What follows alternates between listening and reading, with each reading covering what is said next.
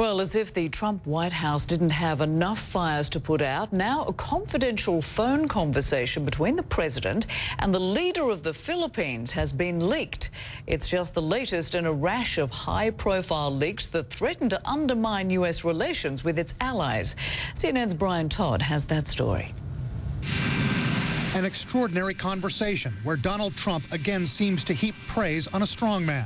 On the phone with Philippines President Rodrigo Duterte, President Trump says, quote, "I just wanted to congratulate you because I am hearing of the unbelievable job on the drug problem. What a great job you are doing." Human rights observers criticize the president for praising Duterte, who they say has sanctioned thousands of extrajudicial killings to combat the drug problem in the Philippines. A senior U.S. official who was briefed on the April 29th call verified the basics of the conversation to CNN.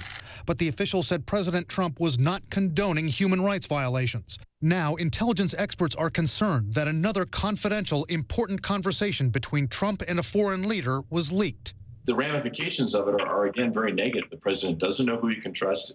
It erodes the team, I would imagine, from the inside. A leaked transcript of the Trump-Duterte conversation was published by The Washington Post and the news website The Intercept. It's not clear whether the leak came from the U.S. side or the Philippine side. The cover sheet, marked confidential, bears the Philippine government's logo. On the call, Trump says of Kim Jong-un, quote, "We can't let a madman with nuclear weapons let on the loose like that." American presidents say things in confidence, off the record, that are very blunt and to the point, that you don't want out in the public domain. Separately, twice this week, we've gotten word that U.S. allies were upset with leaks about intelligence coming from the American side. British authorities are irritated with U.S. leaks about the Manchester bombing investigation. And when Israel's defense minister was asked if an Israeli agent's life was put in danger after Trump allegedly divulged top-secret intelligence obtained from Israel to the Russians, the minister would neither confirm nor deny, saying only a, quote, correction had to be made. Just so you understand, I never mentioned the word or the name Israel.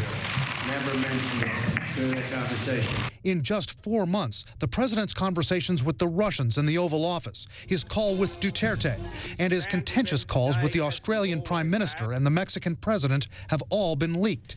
Experts warn of the consequences.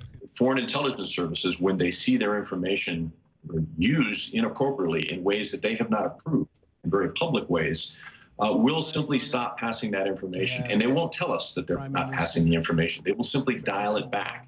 How can this administration stop these leaks or at least slow them down? Former CIA officers we spoke to say the president and his closest aides can launch investigations.